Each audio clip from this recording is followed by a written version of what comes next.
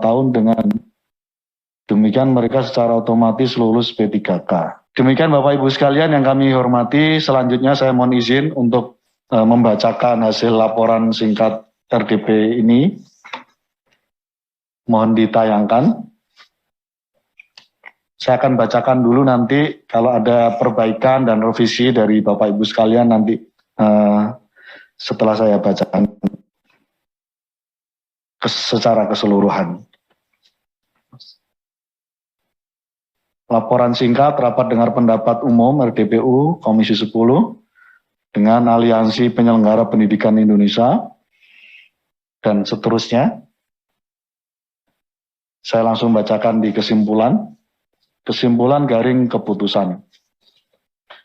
A. Komisi 10 DPR RI menyampaikan apresiasi kepada Aliansi Penyelenggara Pendidikan Indonesia yang telah menyampaikan paparan masukan terkait kebijakan pendidikan sebagaimana terlampir dengan beberapa poin utama antara lain kebijakan PPK, P3K, 1. Menempatkan GTK yang lulus P3K di sekolah asal sehingga proses belajar mengajar dan kegiatan lainnya tetap terus berlangsung dan tidak terputus. 2. Pemerintah wajib mengisi kekosongan guru di sekolah swasta asal dengan GTK lainnya yang lulus P3K jika GTK yang lulus P3K di sekolah swasta asal tetap memutuskan untuk pindah ke sekolah negeri. 3. Memberikan afirmasi sepenuhnya kepada GTK yang telah menunjukkan loyalitas dan mengabdi paling tidak selama 5 tahun dengan demikian mereka secara otomatis lulus P3K. Ini kayaknya redaksinya kurang enak ya. 4. Menuntaskan rekrutmen GTK honorer menjadi GTK P3K pada tahun 2023. 5. Memberikan afirmasi yang berkeadilan bagi guru honorer yang telah berusia lebih dari 35 tahun dengan mengevaluasi secara menyeluruh sistem rekrutmen guru aparatur sipil negara. 6. Menyediakan formasi guru yang berimbang dan berkeadilan sesuai dengan kebutuhan daerah sehingga distribusi guru menjadi lebih merata di seluruh penjuru tanah air. Terkait dengan kebijakan pendidikan secara umum, 1. Mengusulkan agar adanya keberpihakan pemerintah terhadap pengembangan dan pemajuan pendidikan swasta atau pendidikan berbasis masyarakat. 2. Melakukan evaluasi kebijakan penghapusan BOS bagi sekolah yang jumlah peserta didiknya kurang dari 60 orang. 3. Menyusun kebijakan pendidikan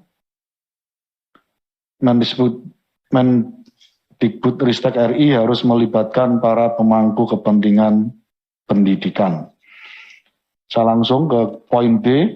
Terhadap pandangan dan penjelasan dan masukan yang disampaikan Aliansi Penyelenggara Pendidikan Indonesia, Komisi 10 DPR RI menyampaikan pandangan antara lain, 1. Mendesak Kemendikbudristek RI untuk melakukan evaluasi secara mendalam dan menyeluruh terkait seleksi guru ASN P3K tahun 2021 dan mengembalikan tujuan awal rekrutmen P3K dengan mempertimbangkan pandangan dari para pemangku kepentingan pendidikan dan regulasi terkait, termasuk afirmasi untuk rekrutmen P3K di daerah 3T. 2. Dalam menyusun kebijakan pendidikan, khususnya terkait rekrutmen P3K, Komisi 10 mendesak Kemendikbudristek RI untuk merujuk pada pasal 31 Undang-Undang NKRI 1945 dan beberapa peraturan perundang-undangan berikut. A. Undang-Undang Nomor 20 Tahun 2003 tentang Sisdiknas, Pasal 1 Ayat 2, Undang-Undang Nomor 5 Tahun 2014 tentang ASN, CQPP Nomor 28 Tahun 1981 tentang pemberian bantuan kepada sekolah swasta, dan D. PP Nomor 38 Tahun 2020 tentang jenis jabatan yang diisi oleh P3K. 3. Mendesak Kemendikbudristek RI untuk melakukan evaluasi terhadap kebijakan BOS, khususnya terkait dengan penghapusan BOS bagi sekolah yang jumlah peserta didiknya kurang dari 60 orang. 4. Mendesak pemerintah melalui Kemendikbudristek RI untuk tetap memberikan kebijakan agar adanya formasi CPNS bagi guru. 5. Mendesak Kemendikbudristek RI untuk adanya keperpihakan terhadap pengembangan dan kemajuan pendidikan swasta atau pendidikan berbasis masyarakat. Demikian kira-kira Bapak Ibu sekalian, secara narasi, dan ini mungkin nanti bisa kami edit sesuai dengan tidak akan merubah substansi dari apa yang kita rekomendasikan. Kami persilahkan Bapak Ibu. Izin Pak Pimpin, silakan. Pak Ketua, terima kasih banyak atas kehangatannya menerima kami, mendengar aspirasi kami dan menuliskannya di dalam hasil akhir dari rapat komisi ini. Tetapi ada beberapa hal mohon izin kalau berkenan, itu tadi perlu ada di kesimpulan itu ada hal yang kontradiktif, mungkin perlu kita rapikan sedikit. Di kesimpulan tadi di atas itu nomor 1 itu untuk yang 5 tahun diberikan, bentar, kesimpulan. Yang 5 tahun mana ya tadi? Poin 3, Prof. Sanes.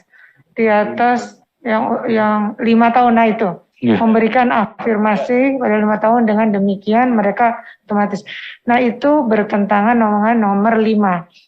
Dan sebenarnya kalau itu nomor 5-nya, nomor 1 memang amat radikal dan harapannya sangat menarik, tetapi mungkin sulit. Tapi itu harapannya kita semua nomor 3. Tetapi jika nomor 5 dilakukan, maka itu nomor 3 gugur. Jadi kalau misalnya yang dipilih adalah nomor 3, maka nomor 5 tidak perlu.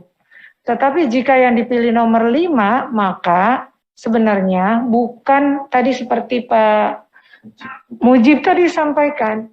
Pak Mujib itu siapa yang tadinya menyampaikan? Bukan Pak Fikri. Iya, dan Pak Fikri. Jadi iya, saya lupa. Jadi gini, ada yang tadi umurnya sudah 35 tahun, tapi baru 4 tahun. Pak Mujib ya? Oke. Maaf Pak Mujib, mohon dimaafkan. Jadi itu sebenarnya diharapkan oleh kita semua, bukan saja usia 35 tahun, tetapi pengalaman kerja. Sehingga ada yang baru 35 tahun karena pindah itu baru 4 tahun, melukai mereka yang udah 40 tahun. Karena itu afirmasi berdasarkan pengalaman kerja. Karena itu nomor 3 atau nomor 5 itu adalah kesepakatan. Kalau menurut saya nomor 3 itu sangat menarik, dan itu harapan kami adalah perjuangan teman-teman nanti di undang-undang ASN yang baru. Nomor 5 di drop, berarti nomor 3 yang dihidupkan. Terima kasih Prof. Yunifa. Dan mohon kiranya itu diperjuangkan di dalam undang-undang ASN yang baru. Oke. Yang ada revisi. Terima kasih banyak. Terima kasih Prof. Yunifa. Ini yang dikutip teman-teman sebenarnya dari statement aliansi. Ya. Jadi tidak ada yang dirubah. Apakah mau dikoreksi atau cukup? Atau dibiarkan saja sesuai dengan ini? Dikoreksi. Oh, dikoreksi aja ya. Oke. Berarti yang dipertahankan yang? Nomor 3. Nomor 3. Berarti yang 5 dihapus ya? Iya. Oke. Oke. Terima kasih Prof. Yunifa. Boleh. Ada yang lain? Ya. Kami persilakan. Ya. Prof. Darmin. Baik, terima kasih pimpinan. Kesimpulan bagian C, kalau saya tidak salah itu B. 5, poin 5.